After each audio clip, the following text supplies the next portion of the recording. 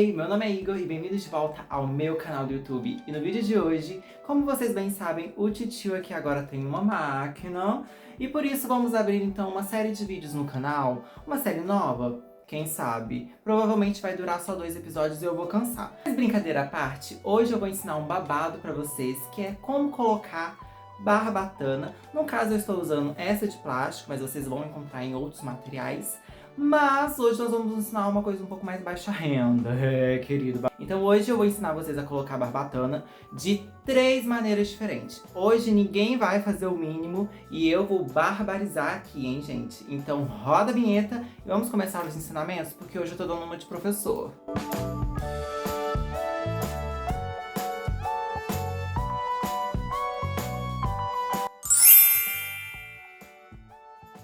Bom, a primeira canaleta eu vou estar demonstrando uma aí para vocês utilizando o viés. Esse viés que eu estou usando, ele é aberto, tem 4 centímetros, então ele é um pouquinho mais grosso, porque além da gente costurar nos 2 lados dele, ele precisa dobrar no meio, e é nessa dobra que vai passar a nossa barbatana. Então precisa ser um viés aí um pouquinho maior. No caso eu estou usando um viés de cetim, mas você pode usar também de tecido, e vai variar de acordo com a sua necessidade do modelo que você vai estar criando. No caso aí você vai estar passando uma costura reta nas 2 pontas do seu viés, né? A primeira, quando você passa, é para prender ele, e aí ele vai ficar soltinho, e aí você vai fazer então uma costurinha na sua outra lateral.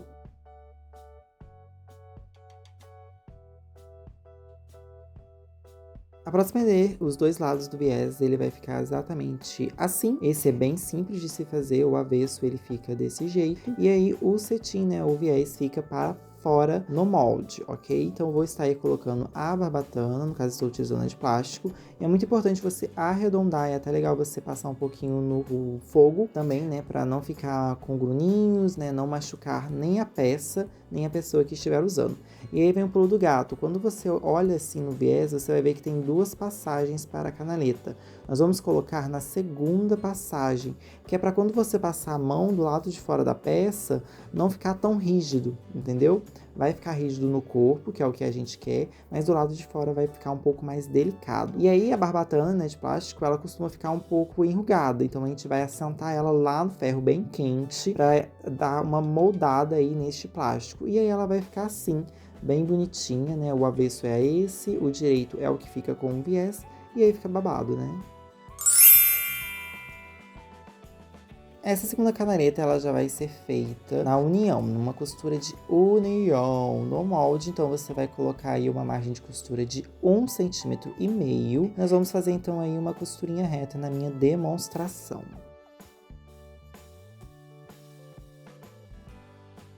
Após costurar, ela vai ficar assim. E nós vamos lá no ferro para abrir essa costurinha aí de união.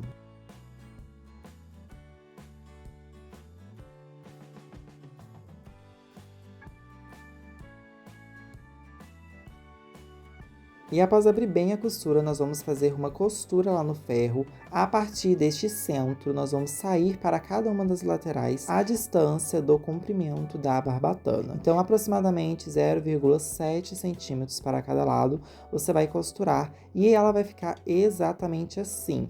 O lado direito vai ficar desse jeitinho, com os 2 pespontos, um de cada lado da costura. E depois nós vamos colocar a nossa barbatana.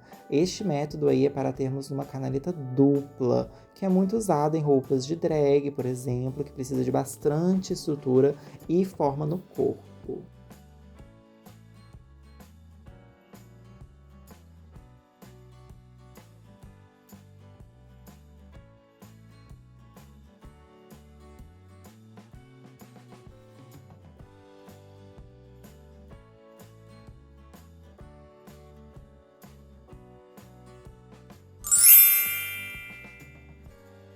Essa última canaleta também vai ser em uma costura de união, então no molde nós vamos deixar 1,5 cm para fazermos nossa costura inicial aí nessa parte.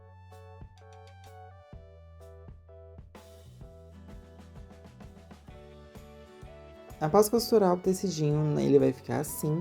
E em vez da gente abrir a costura no meio, igual nós fizemos no outro jeito, nós vamos tombar a costura para qualquer uma das duas laterais. Então aí vai depender da peça e do modelo que você quer fazer. E após a gente tombar essa costura, passar bem para ficar bem picadinho, nós vamos fazer um pesponto bem rente à costura e o outro vai ser na largura da nossa barbatana.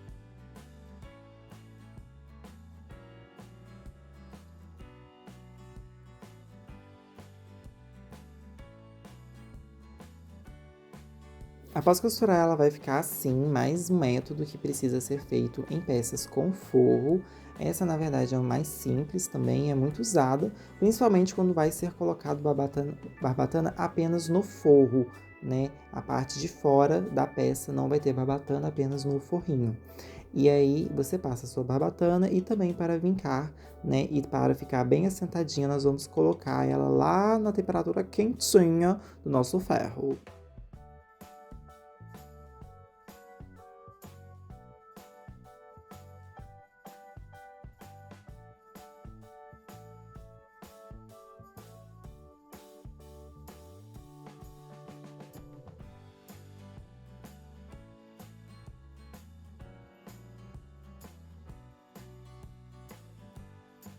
Nós fizemos 3 tipos de casinha de barbatana para passar, né, as canaletas. Então a primeira, recapitulando, foi essa daqui com o viés. Ela é muito usada em corsês meio lingerie, né, que é tipo uma renda e tal. Então o tecidinho fica assim do lado de fora e do lado de dentro do tecido fica assim. Então ela é bem simples, é a mais básica de se fazer, é a mais fácil também, porque não exige nem muita mudança na modelagem. A segunda já foi essa daqui que nós fizemos, que ela fica com um pespontinho aparente. Esse pesponto aparente, ele é um pouquinho de babado e ela é feita para peças que tem um forro. Então o acabamentozinho aqui do lado de trás é justamente peças com forro.